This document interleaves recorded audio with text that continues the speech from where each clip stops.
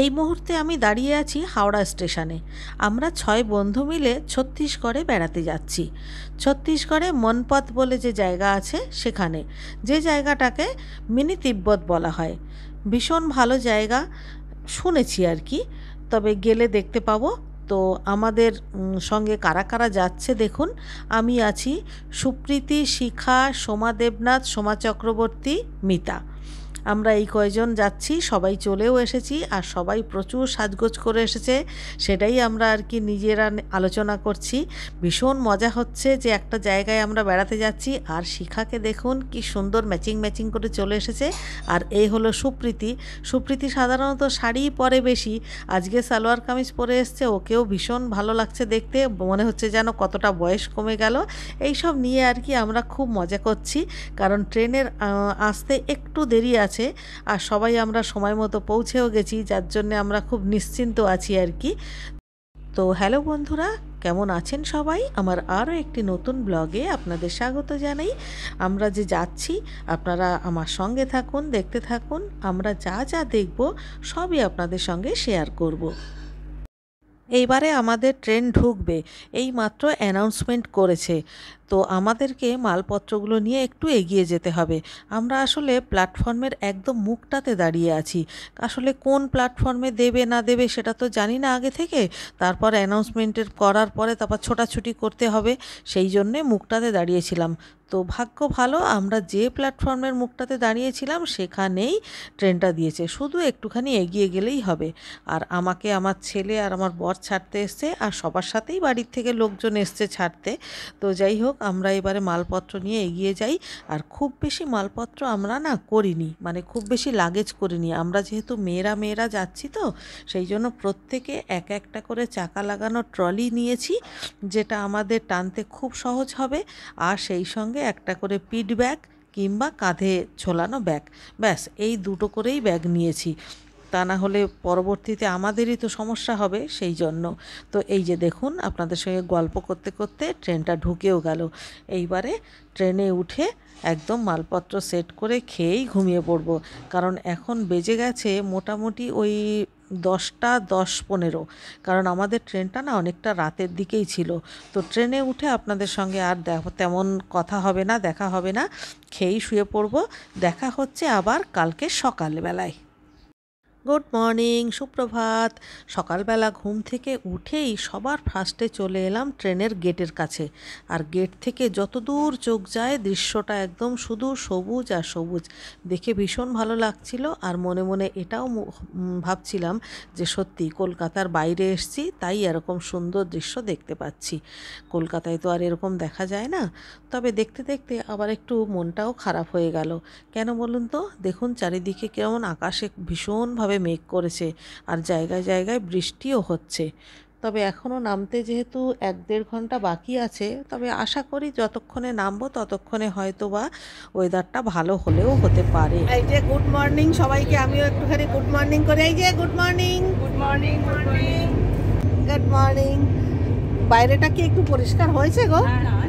গল্প করতে করতে কখন যে 1-1.5 ঘন্টা কেটে গেল বুঝতেই পারলাম না। তো অবশেষে আমাদের স্টেশন চলে এসেছে। এখন আমরা যে যার মতো একটু চটপট করে চুলটুল আঁচড়ে নিলাম, আর ব্যাগ ট্যাগগুলো বের করে নিলাম, কারণ আমাদেরকেই তো নামাতে হবে। তো যাই হোক, এই যে হলো স্টেশন, আর এটা হলো ঝাড়শুগদা স্টেশন। হাওড়া টু ঝাড়শুগদা আমরা এসছি। আর নেমেই সবার আগে প্রথম কাজ হচ্ছে যে যার বাড়িতে খবর দিয়ে দিলাম, কারণ বাড়িতে সবাই তো চিন্তা করছে। তাই ট্রেন থেকে ভালোভাবে যে নেমে পড়েছি, মানে আমরা সবাই মোটামুটি অক্ষত আছি, সেটাই বাড়িতে খবর দিয়ে দিলাম। আর ট্রেন থেকে নেমে এবারে স্টেশনের বাইরে যাব, কারণ আমাদের গাড়ি বুক করাই আছে। গাড়ি এসছে কিনা সেইটা একটু দেখতে হবে। তবে স্টেশনের নামটা ঝাড়শুগদা, আপনারা অনেকেই হয়তো অপরিচিত আপনাদের কাছে। তো তার জন্যে আমি একটা ছবি তুলে নিয়েছি, ছবিটা আপনাদের এখানে শেয়ার করে দিচ্ছি, ছবিটা দেখতে পাবেন। আর খুবই ভালো লাগছে, খুবই মজা হচ্ছে। তবে এখন আমাদের কিন্তু এখান থেকে অনেকটা যেতে হবে, মানে মনপত অবধি এখান থেকে বেশ অনেকটা রাস্তা। তো চলুন আগে দেখি আমাদের গাড়িটা এসছে কিনা। এই দেখুন, এটা হচ্ছে স্টেশনের বাইরের চিত্র। এখন বৃষ্টি আর হচ্ছে না, মেঘলা রয়েছে কিন্তু বৃষ্টিটা নেই। আর যে ছবিটার কথা বলেছিলাম, এই দেখুন, ওয়েলকাম টু ঝাড়শুগদা স্টেশন। আমি এটা একটু ফটো তুলে নিয়েছি। আর এদিকে এইটা হচ্ছে আমাদের গাড়ি, আমরা একটা ইনোভা বুক করেছিলাম, তো গাড়িতে মালপত্র তোলা হয়েছে, এবারে আমরা উঠেও পড়েছি। তবে কিছু দূর গিয়ে আমাদেরকে ব্রেকফাস্ট করতে হবে, কারণ আমরা ট্রেনে তেমন কিছুই খাইনি। আসলে ট্রেনে কিছু ওঠেও নি, উঠলে হয়তো একটু চা বিস্কুট খেতাম, কিন্তু তেমন কিছু ওঠেও নি, তাই আমাদের খাওয়াও হয়নি। তবে গাড়ি ছেড়ে দিয়েছে আমাদের, আর গাড়িতে উঠে আমরা তো মনে হচ্ছে যেন একটা অন্য দুনিয়ায় পৌঁছে গেছি। তো চলুন বাইরেটা এবার একটু দেখি, বাইরেটাও না ভীষণ সুন্দর। গাড়িতে উঠেই ড্রাইভার দাদাকে বলে দিয়েছিলাম যে আমাদের জন্য একটা ভালো এবং পরিষ্কার পরিচ্ছন্ন জায়গায় গাড়িটা দাঁড় করাবেন, আমরা সেখানে ব্রেকফাস্ট করব। তো উনিও বেশ একটা বড়সড় এবং সত্যিই খুব ভালো একটা দোকানের সামনে দাঁড় করিয়েছেন। এখানে সব কিছুই পাওয়া যায়, ধোসা, ইডলি, বড়া, কি বলে, পুরি তরকারি সবই পাওয়া যায়। তবে আমরা ও সমস্ত খাইনি, আমরা সবাই প্লেন ধোসা খেলাম আর একটু মিষ্টি খেলাম, কারণ অনেকটা জার্নি করতে হবে। আর তার মধ্যে আকাশটাও খুব একটা ভালো নেই, সেই জন্যে খুব একটা এখানে দেরি করতে আমরা চাইলাম না। তো এই যে দেখুন, আমাদের সব ধোসা দিয়ে দিয়েছে, আমরা ধোসাটা খেয়ে নিলাম। ধোসাটা মোটামুটি ছিল, তবে দামটা কিন্তু একদম রিজনেবল ছিল। তো এই সমস্ত খেয়ে দিয়ে আবার আমরা চলতে শুরু করলাম। চারিদিকের পরিবেশটা ভীষণ ভালো, ওয়েদারটাও খুব ভালো, কোনো রকম গরম নেই, আবার ঠান্ডাও নেই, শুধু একটু মেঘলা রয়েছে, এইটাই যে আমাদের একটু টেনশান, তাছাড়া আর কিছুই না। আর যেহেতু অনেকটা রাস্তা যেতে হবে, মানে স্টেশন থেকে মনপাত অবধি 190 কিলোমিটার আমাদেরকে রান করতে হবে, তো সেইটার জন্য একটু আমরা চিন্তিত আছি। তাছাড়া তো আমরা ভেতরে প্রচুর মজা করছি, গান করছি, গল্প করছি, সময়টা কোনো ব্যাপার না। যত রাস্তাই হোক না কেন, সময়টা যে কোত্থেকে আমাদের বেরিয়ে যাবে আমরা নিজেরাও বুঝতে পারবো না। এই দেখুন না, গল্প করতে করতে চলে এলাম ছত্তিশগড়ের মধ্যে, ঢুকে যাচ্ছি। এই যে এইখানে উড়িষ্যা শেষ হয়ে গেল, ছত্তিশগড়ের মধ্যে ঢুকে যাচ্ছি। এই যে গেটটা দেখতে পাচ্ছেন, এখানে একটা ছোট্ট চেকপোস্ট মতো রয়েছে, তো এখানে কিছু বিএসএফের পুলিশও রয়েছেন। তো আমরা ওখান থেকে ক্রস করে ভাবলাম একটু নামি, কারণ ইতিমধ্যে আমরা না মোটামুটি 1.5 ঘন্টা থেকে 2 ঘন্টার কাছে জার্নি করে ফেলেছি। এমনি একটু হাত পা ছাড়তেও হতো, আর তাছাড়া এইখানটায় এসে একটু ওয়েদারটাও ভালো, তো ভাবলাম নেমে একটু ছবিও তুলি, একটু হাঁটাহাঁটি করি, একভাবে বসে আছি। আর যেহেতু একটা ইয়ের থেকে, মানে একটা রাজ্য থেকে আরেকটা রাজ্যে ঢুকে গেলাম, সেই জন্যে একটু নেমে ভাবলাম এই জায়গাটায় একটু অন্তত আমরা হাঁটাচলা করি। খুব মজা হচ্ছে, সবাই মিলে প্রচণ্ড মজা করছি। তারপরে ভাবলাম যে সবাই মিলে যে আমরা বর্ডারটা ক্রস করছি, সেটারও একটা ছবি তোলা যাক। এবার কাকে দিয়ে তোলাবো, কারণ আমার হাতে ক্যামেরা থাকলে আমাকে তো কেউ দেখতে পাচ্ছে না, আমি তো ক্যামেরার পেছনে, এরা তো নেমেই খুব নাচানাচি করছে। এবারে আমি বললাম দাঁড়াও, আগে একজনকে আমি ছবি তোলার জন্য ফিট করব, তারপর সবাই একসঙ্গে ছবিটা তুলবো, মানে সবাই একসঙ্গে ক্রস করব। তারপর আমি ওই ড্রাইভার দাদাকে খুঁজছিলাম, ড্রাইভার দাদা দেখলাম কোথায় যেন গেছে, হয়তো বা মাইনাস করতে গেছে।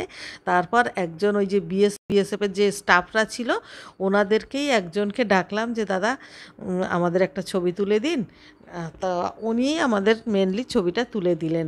তো খুব মজা করলাম, ওনাকে একটু ডাকলাম, উনি রাজিও হলেন। ওনাদের তো আর কাজ কি ওখানে দিনের বেলা বসেই থাকা, এই রাস্তায় সেই রকম তো হয় না। এই যে দাদা চলে এসছেন, এইবারে আমরা সবাই মিলে মানে ওই ইয়েটা ক্রস করব, সেই ছবিটাই তুলব। এই রাস্তায় খুব বেশি যানবাহন নেই, কিন্তু মাঝে মধ্যেই না বিশাল বড় বড় সেই পাঞ্জাব বডির লরিগুলো যাচ্ছে, যার জন্য রাস্তা ক্রস করতে হলে খুব দেখে শুনেই ক্রস করতে হবে, তা না হলে আবার বিপদ হতে পারে।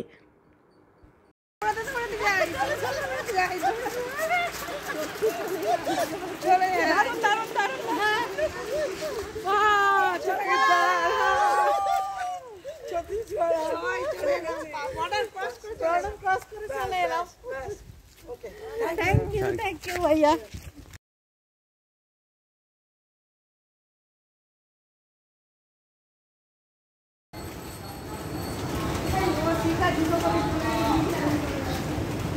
এখানে আমরা একটা মন্দিরে এসেছি, শিব মন্দির। তবে শিব মন্দিরে ঢোকার মুখেই দেখছি হনুমানজি একদম গেটের কাছে পাহারায় আছেন। সবার আগে বজরংবলীর দর্শন হয়ে গেল, মনটা খুশি হয়ে গেল। এইবারে চলুন যাই শিব মন্দিরের ভেতরে। ছোট্ট মন্দির কিন্তু খুব সুন্দর। কাল রাত্রির থেকে আমরা সেই বাসি জামা কাপড়ই পরে আছি, কিন্তু কি আর করব, এই রাস্তায় আমরা যদি আবার না আসি, সেই জন্যে ভাবলাম মন্দিরটা দেখেই যাই। পুজো হচ্ছে এখানে, পুজো হচ্ছে।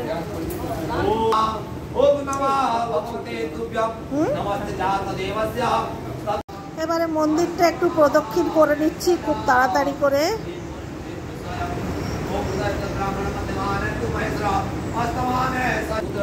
নন্দী মহারাজ। এইবারে আমরা যাচ্ছি ইরাবতী নদীর কাছে, মানে খরস্রোতা নদী। প্রথমত ইরাবতী একদম খরস্রোতা, আর এই বৃষ্টির জলে ভর্তি, মানে সে কি পরিমাণ স্রোত। কত দূর আগের থেকে শব্দ পাচ্ছি, কাছে গিয়ে তুলবো। এবারে শুধু নদীটা দেখো, আরে বাবা অপূর্ব। এইটাই তো দেখার সত্যি।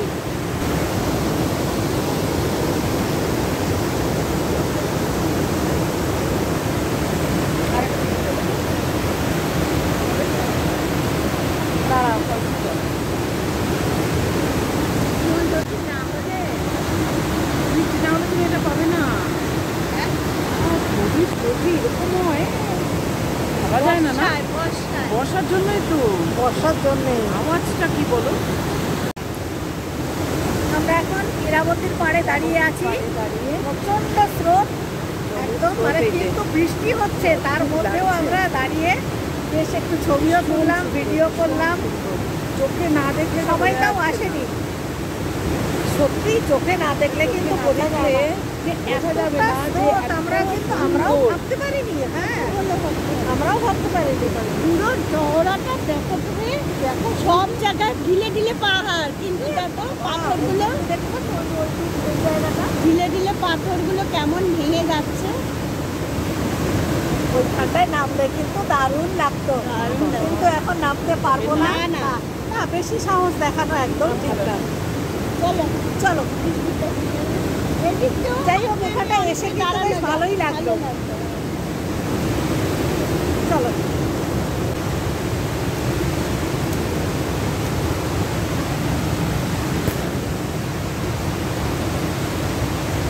না বাবা, এরপর সোজা চলে এলাম আমাদের গেস্ট হাউসে। এই হচ্ছে আমাদের গেস্ট হাউস। প্রচুর খোলামেলা, প্রচুর স্পেস, বাইরেও একটা সিটিং অ্যারেঞ্জমেন্ট রয়েছে। এরপরে ঘরে ঢোকার আগে বাইরে আরও একটা স্পেস রয়েছে, যেখানে আর কি সেখানেও সিটিং অ্যারেঞ্জমেন্ট রয়েছে। এই যে দেখুন, এখানেও বসার জায়গা রয়েছে। এখানে পাশাপাশি দুটো রুম আছে, দুটো রুমই আমরা নিয়েছি, তিনজন করে এক একটা রুমে থাকবো। তো চলুন এবারে আমি রুমের ভেতরটা দেখাই। এটা কিন্তু রুম না, এটা রুমের বাইরেটা। এই হচ্ছে আমি রুমের মধ্যে ঢুকছি। রুমের মধ্যে একটা বড় ডাবল বেড রয়েছে, আর এখানে আমরা একটা এক্সট্রা কর্ড নিয়ে তিনজনে থেকে যাব, সেরকমভাবেই এসছি আর কি। আর এখানে একটা আলমারিও আছে, সঙ্গে টেবিল, চেয়ার, আর বাথরুমটা সেটা তো একটা বিশাল বড় ঘর। মনে হচ্ছে যেন এর মধ্যে তিনখানা আমাদের বাড়ির বাথরুম ঢুকে যাবে। আর এইটা চলে এলাম বাইরের দিকটা। বাইরে এখন যদিও আবার বৃষ্টি শুরু হয়েছে, তো বাইরে ওই জন্যে আমরা খুব একটা দূর অবধি দেখতে পাচ্ছি না। তবে বাইরের বৃষ্টিটা থেমে গেলে কিন্তু অসাধারণ। তবে এখন আর ক্যামেরা করব না, এবারে ক্যামেরা বন্ধ করে তাড়াতাড়ি আমরা স্নান করব। তারপরে খিদে পেয়েছে, সকাল থেকে তেমন কিছু খাওয়া হয়নি, এবারে আগে খাওয়া দাওয়া করব, তারপর রেস্ট নেব। সেই কালকে থেকে জার্নি করছি, তো এখন আর মানে অন্য কিছু করতে ভালো লাগছে না। এইবারে আমরা খাওয়া দাওয়া করব, স্নান করব, তারপরে পুরো রেস্ট নিয়ে তারপরে ভাববো যে কি করব বা কোথায় যাব। এখন বাজে ওই 3:30 মতো। প্রায় পুরো রাস্তাটা আসতে আমাদের 5 থেকে 5.5 ঘন্টা মতো লাগলো। তার মানে বুঝতে পারছেন তো কি পরিমাণ খিদে পেয়েছে। যাই হোক, স্নান টান করে আমরা খেতে বসে গেলাম। এরপরে আর বডি নেবে না, এবারে বডি ফেলে দেবে। সুতরাং ভিডিওটা এখানেই শেষ করছি, দেখা হচ্ছে কাল সকালে।